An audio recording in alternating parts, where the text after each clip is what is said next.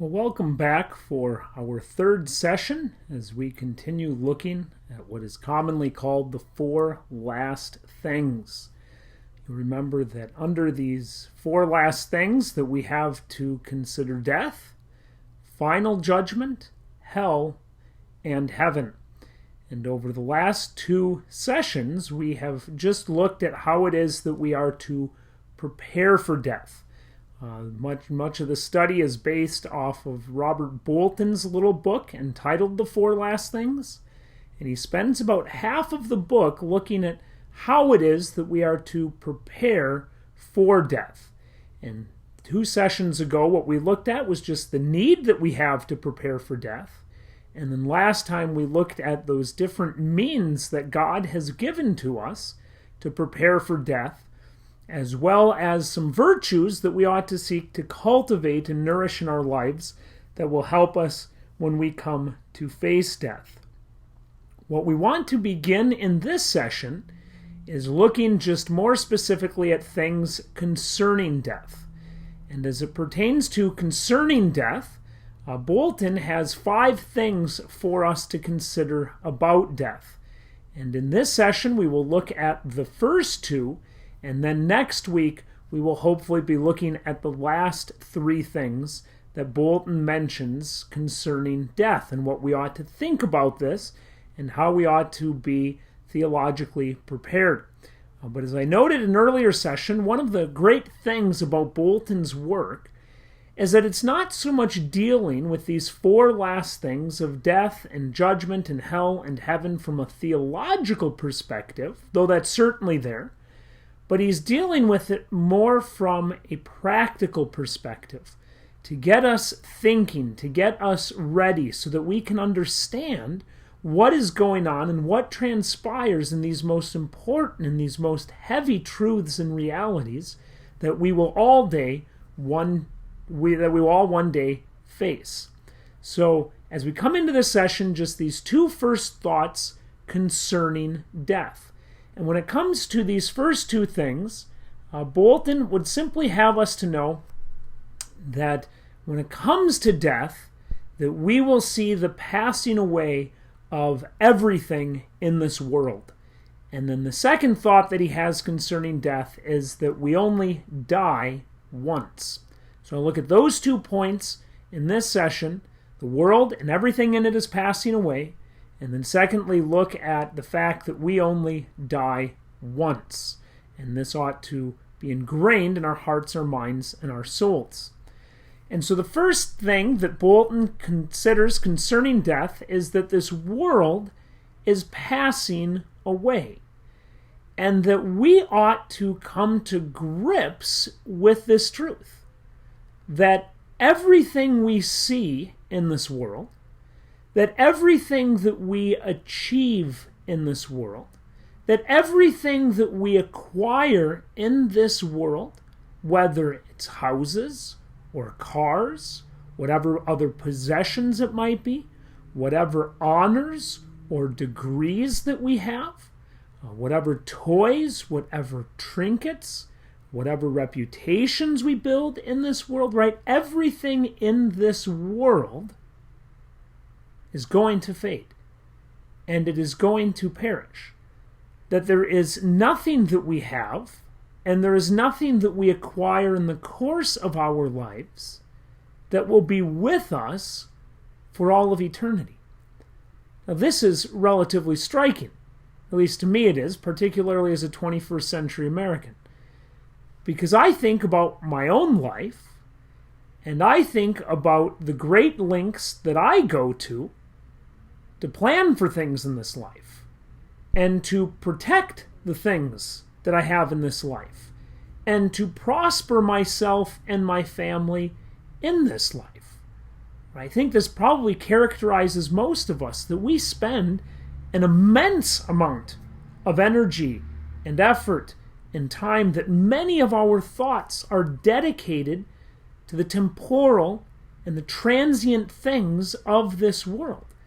And that particularly as Americans who live in one of the most affluent ages of history, if not the most affluent, that so much of what we do and that so much of what we think about, and that so much of our lives are structured around the temporal and fleeting things of this life.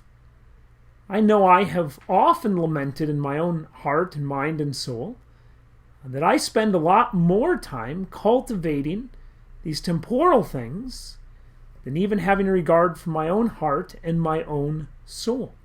Right? It is so easy to get distracted by these things. It is so easy to invest all of our life and all of our time. It's so easy to sacrifice for the things of this world. And yet we ought to be reminded that everything in this world is consigned to burn. That nothing in this world is going to be brought to eternal glory with us. And Bolton even reminds us of the powerful nature of death. Right? That this truth isn't just a contingent truth. It's not just true 8 or 9 out of 10 times. But that this reality, that everything in this world is temporal and transient, that everything in this world is touched by moth and rust and will decay and be destroyed, that this is a truth that heaven and earth and no power known to man can hinder. Scriptures clearly reveal these things. And so we must be very, very careful when we consider death and live in light of death, that we ought to wean ourselves, and particularly our affections, from the things of this world. Bolton goes so far as to say that we must, with a wholly resolute violence, wean ourselves from the treasures and the trinkets and the gadgets and the things that this world has to offer. Bolton says, and I quote, this comes from page 68 of my copy, that we are to disdain and scorn to set your heart upon those things here which you cannot, you must not have in the second life. End quote. So as we think of death, the first thing that we consider here is that we must be very careful that our heart is not enamored with the things of this world. You think of Job, right? That after the Lord and his dark providence came and took away his children and his livestock and all that he possessed. And Job in Job chapter 1, verse 21, he cries out, he worships God, and he blesses God. And what does he say there? But naked I have come from my mother's womb, and naked I shall return. I think we noted that in a previous session, right? That Job confesses that truth, that as everything is ripped from his possession and his heart is rent in two by the loss of his children. And yet Job confesses this glorious truth, that this is what we ought to expect. All earthly things, all earthly relations, everything is temporal and transient and consigned to disappear. Or you think of other passages, right? You think of Matthew chapter 16, verse 26, where Jesus is instructing his disciples. And he notes there for us this grave danger, right down in verse 26. Previously tells his disciples, right? Then Jesus told his disciples, if anyone would come after me, let him deny himself and take up his cross and follow me. For whoever would save his life will lose it, but whoever loses his life for my sake will find it. For what will it profit a man if he gains the whole world and forfeits his soul? Or what shall a man give in return for his soul? Right? And Jesus warns there that there is this inclination in us to try and gain the world and to gain the things of this world. And how many people have sacrificed their souls and have sacrificed their well-being because they've tried to gain this whole thing, but in the process of trying to gain all the things and the accolades of the world, they have forfeited their soul and they haven't nourished it and cared for it as they ought to. Right, we again think of the warning that Jesus speaks just several chapters later, Matthew chapter 19, verse 23. where he tells his disciples that scarcely or how hard it is for a rich man to enter into heaven. Right? Now, Jesus isn't some ascetic monk who thinks that we can't have good things in this life. Right? But we ought to be on guard and to recognize the great danger that it is to have an abundance, to have a life of affluence and opulence, to live in the nation and the culture and the context in which we do, where everything in the world is telling us, build bigger barns, more and more and more, and all too often we acquiesce, all too often we accommodate that. And Jesus warns here that we must take seriously this grave danger of being rich, because we can often sacrifice those eternal things for worldly things. And again, I think to only compound the danger, we are so blind to this in ourselves. We're so blind to the covetousness that rages within our minds and within our hearts, vying for our allegiance. We can be so blind to it. You think of that one-time follower of Paul who ministered alongside of him, Demas. And yet what do we read of Demas? Right? We read that Demas abandoned the faith, that he made a shipwreck of it. Why? Because he was too in love with the things of this world.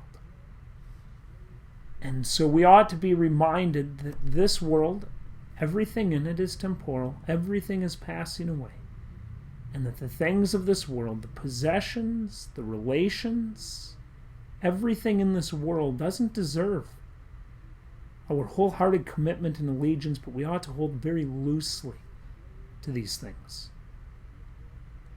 And Bolton goes on to say, and he says, that we need to remember, all right, that with the things of the world and accumulating and amassing things to ourselves, they're not necessarily bad in and of themselves, but that death reveals them to ultimately be a complete vanity. It doesn't profit you anything in the day of your death. If you have a super large house, or if you have the nicest automobiles, or if you have the biggest collection of this or that, or the most expensive golf clubs that you'd go off to tea time with your buddies with. It's vain. It's fleeting. It's meaningless. It doesn't help us die better. It doesn't give us a higher status or position in heaven. These things are ultimately seen to be complete vanity. But you also think that the things of this world, that they often weigh us down, and they often bring a greater vexation of the spirit, of our spirits, right? Of our countenance. There's nothing like having a bunch of things to increase the fear of losing those things. And so with worry and anxiety, we're not only concerned with having it, but trying to retain it and not giving it up and not sacrificing it. Right? I think most of us would agree that the more we have, that the more troubled and vexed we tend to be. That it's increasingly popular today for people to try and go back to this minimalistic lifestyle. And there's a lot of people that talk about how freeing that is and how life-giving that is, because they're no longer weighed down by the cares and the anxieties of this world.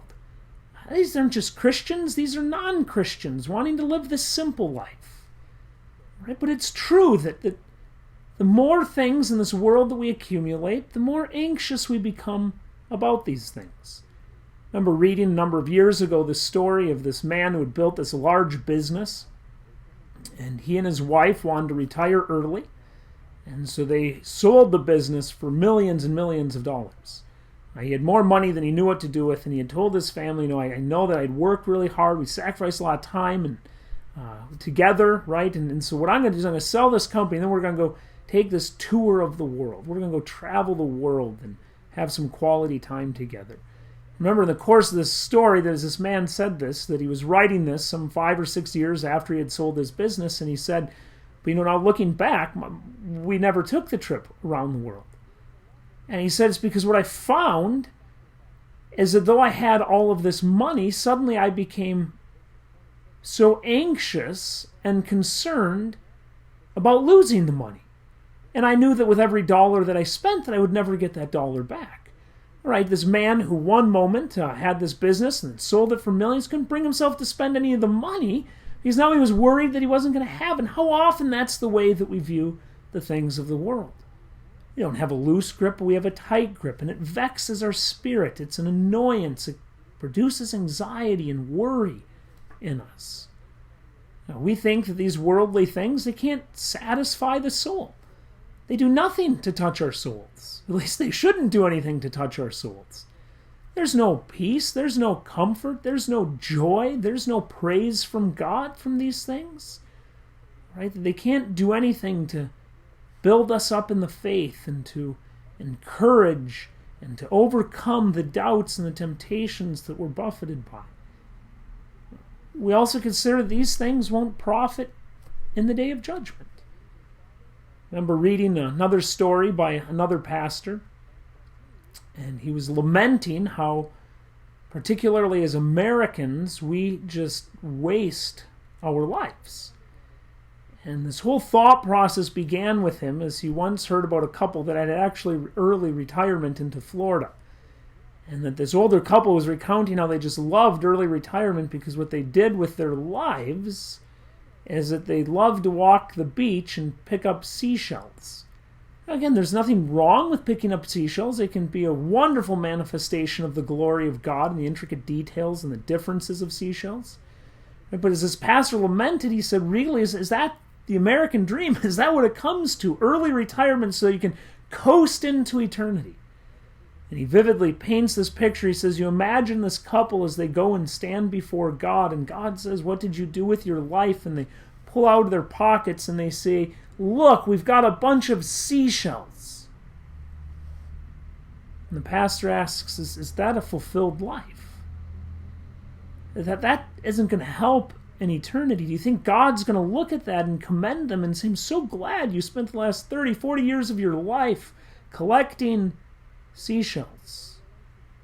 Or insert in place of seashells so many other things in this life that we aim at. Not going to help when we stand before God. They're not going to help in the day of judgment. Your car isn't going to mitigate the severity of judgment.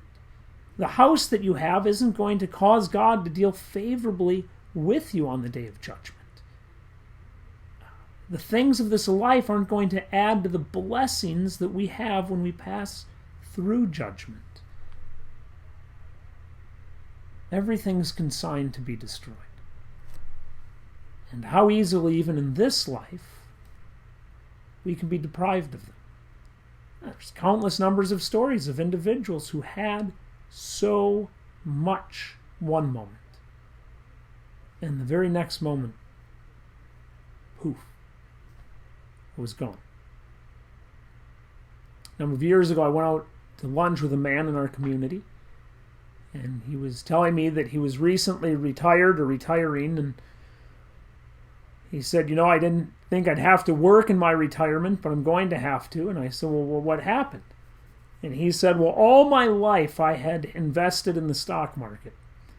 And he said the stock market was going fantastic and I was making all sorts of money and I had millions saved up. And then he said, and then the recession happened and I lost everything. So often that's the story of the things of this world. Stock market crashes. We get sick and we end up spending a fortune on health care. Or we can't continue working to get the money that we want. Right? We need to remember these things. We can so easily be deprived of all the things of this world. And then we're also reminded, as Bolton says, that we can let go of the things of this world because we have no fear of lack because of what Christ has promised. And Christ has said that there is no man that has left house or brothers or sisters, father or mother, or wives or children, or lands, property, for my sake in the Gospels, but he shall receive 100-fold, now in this time and in the world to come. And as Bolton unfolds this thought, right, we certainly know how we will be compensated in heaven for these things. But Bolton asks, what does Jesus mean now in this time we will receive 100-fold if we forsake these things? And he notes here at least 5 ways that we are adequately provided for, not only when we hold loosely to the world's goods, but when we forsake the world's goods for the sake of Christ. There's 5 ways that Bolton discusses here of how we receive back 100-fold in this life. And first he says that sometimes we receive back the same kind of that which we have given up. And he uses both Abraham and Job as an example. Right? Abraham was called out of the land of the Chaldeans. He was called to forsake his land and his family and to journey into the land of Canaan.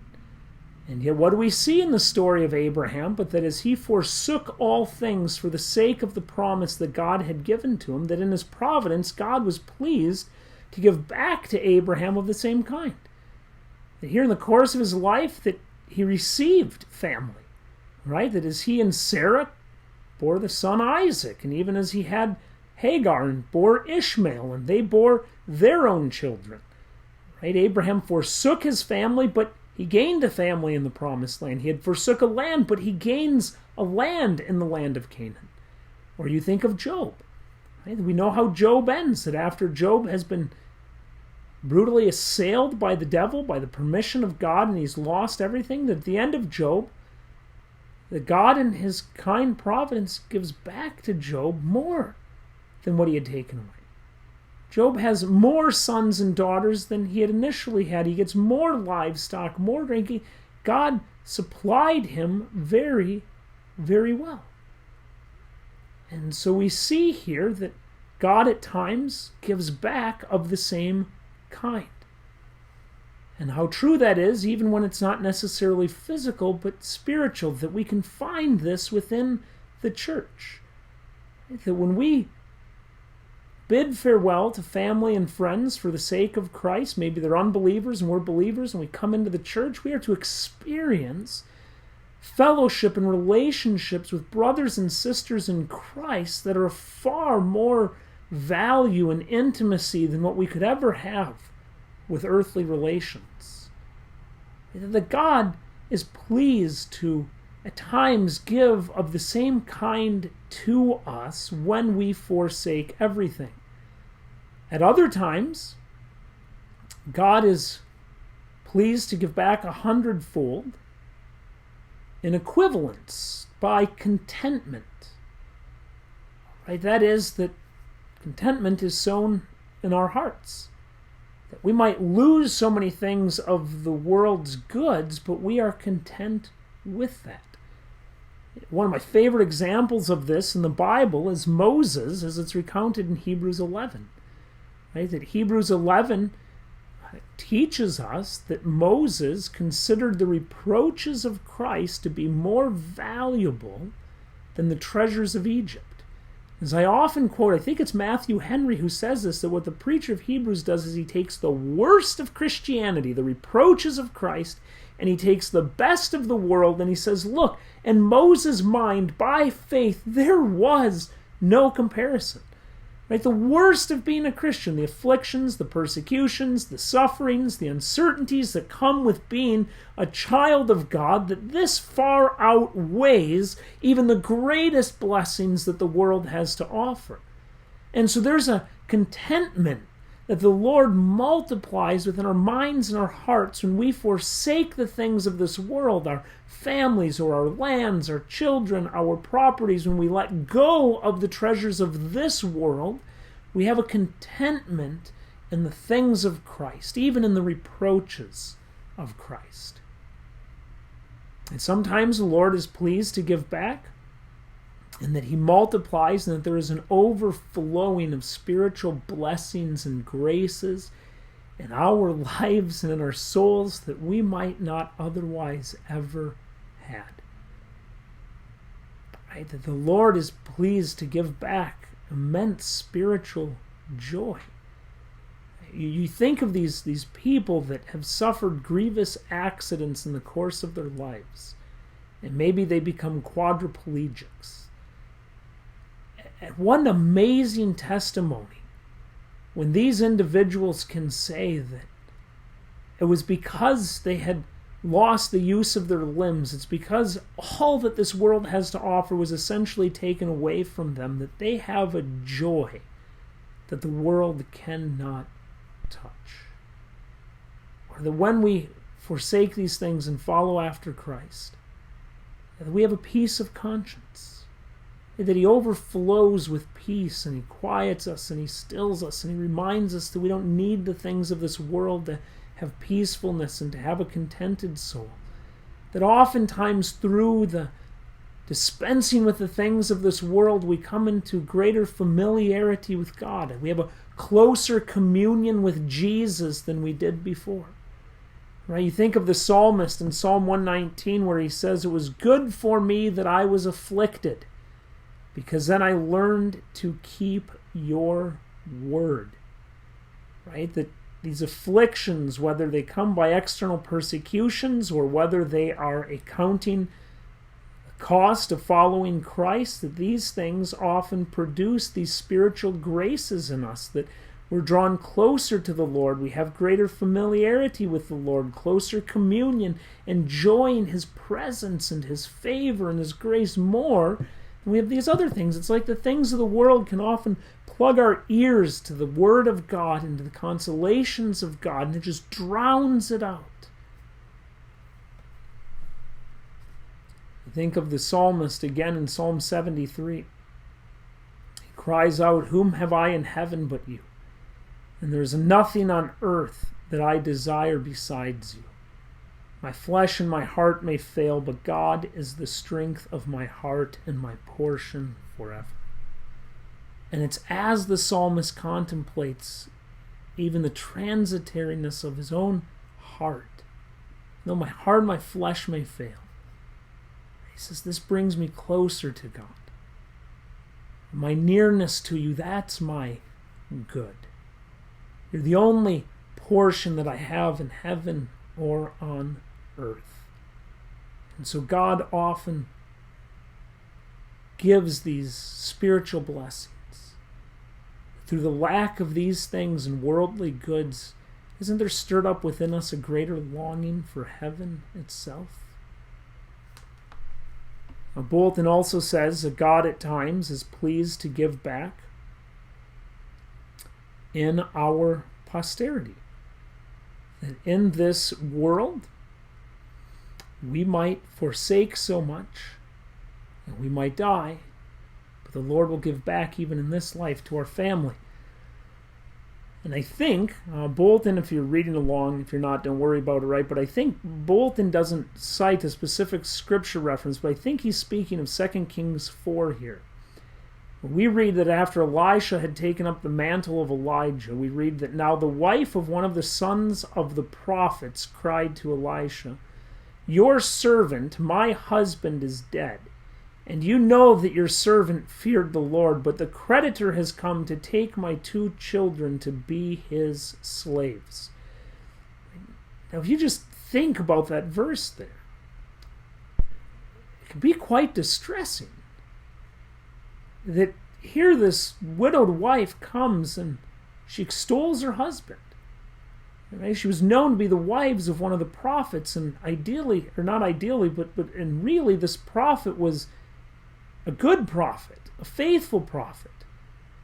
She declares of her deceased husband that she was the servant of Elisha, right? In league with him, in partnership with him, fellowshipping with him, right? And she says, and you know that he even feared the Lord. This was a man who had counted the cost of Christ. This is a man who had given freely of himself. This is a man who didn't consider the courts and the temples of Ahab and Jezebel and the table that they spread to be worth it, and he remained faithful to proclaiming the word of God. And what happens to him? He dies a beggar. And he leaves this world behind, and in leaving this world behind, he leaves his wife, and he leaves his children penniless. So that she cries out and she tells Elisha here, right, that the creditor has come to take my 2 children to be his slaves. Now, this is a little alarming, right? We read this and go, but this was a faithful man to God and the purpose of Christ, and this is what he gets in return?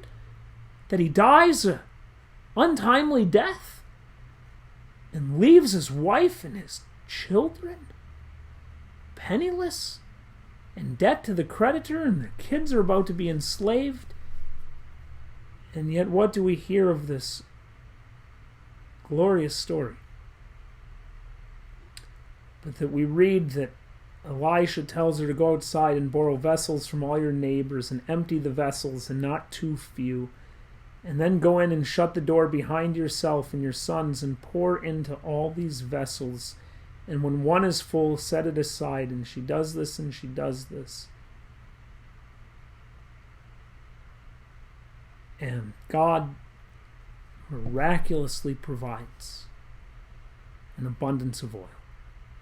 And he says, go sell the oil and pay the debts. The Lord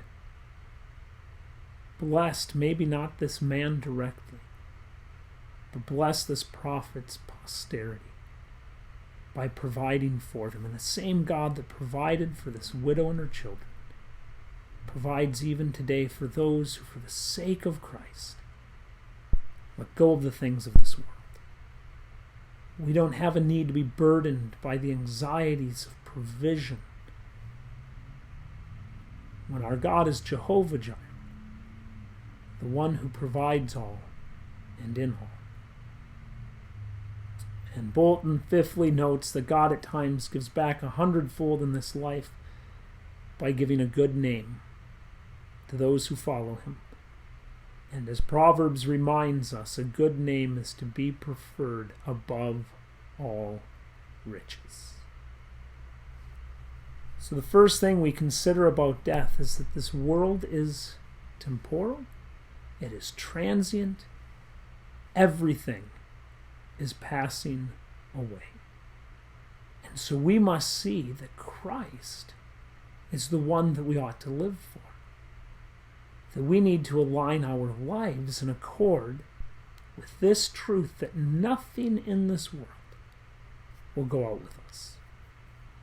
You know, sometimes we sing in church that old hymn written by Isaac Watts, "When I Survey the Wondrous Cross." And it always strikes me, almost puts a lump in my throat when we come to sing that final verse in the closing of the hymn, where we sing of the cross of Christ and all that he has done for us. And with glad hearts we say that this cross, that Jesus demands our life, our soul, our all. Everything. This world is temporal and it is passing away. Christ deserves everything.